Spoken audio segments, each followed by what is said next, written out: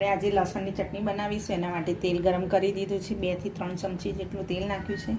હવે એમાં થોડુંક જીરું એડ કરીશું। જીરું થાય એટલે એની અંદર આપણે થોડીક હિંગ એડ કરીશું। હિંગ નાખ્યા પછી આપણે લસણ ફોલીને રાખ્યું હતું એ પહેલા તેલમાં સાંતળી દઈશું।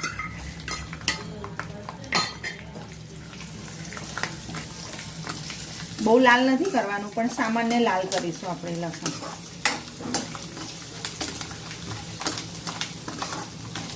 થોડુંક એમાં ટેસ્ટ પ્રમાણે આપણે મીઠું એડ કરીશું।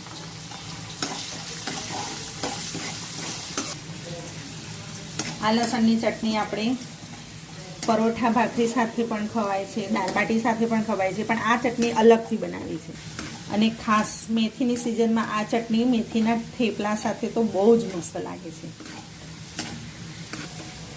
હવે લસણ મસ્ત થઈ ગયું છે, લાલ નથી થયું પણ આવી રીતે ખબર પડી જ જશે કે લસણ થઈ ગયું છે।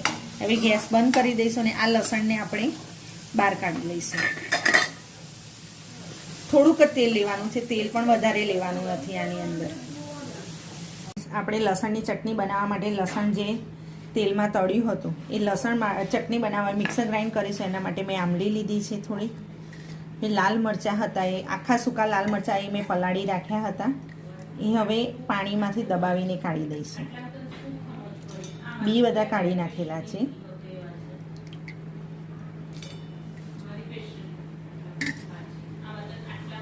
એની અંદર થોડોક હું ગોળ ઉમેરીશ ટેસ્ટ પ્રમાણે।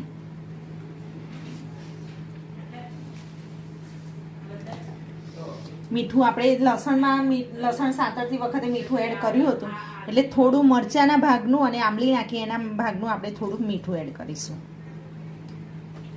હવે આ લસણ કાઢ્યું હતું, લસણ સાથે થોડુંક તેલ પણ લીધું હતું એ સાથે જ નાખીને હવે મિક્સર ગ્રાઇન્ડ કરી દઈશું આપણે। ચલો ફ્રેન્ડ્સ, આપણી ચટણી તૈયાર છે ક્રશ કરીને મસ્ત। આ ચટણી પીસતી વખત જરૂર લાગે તો જ પાણી નાખવાનું, બાકી પાણી બી નાખવું પડતું નથી અને બહુ મસ્ત ચટણી તૈયાર થઈ ગઈ છે। હવે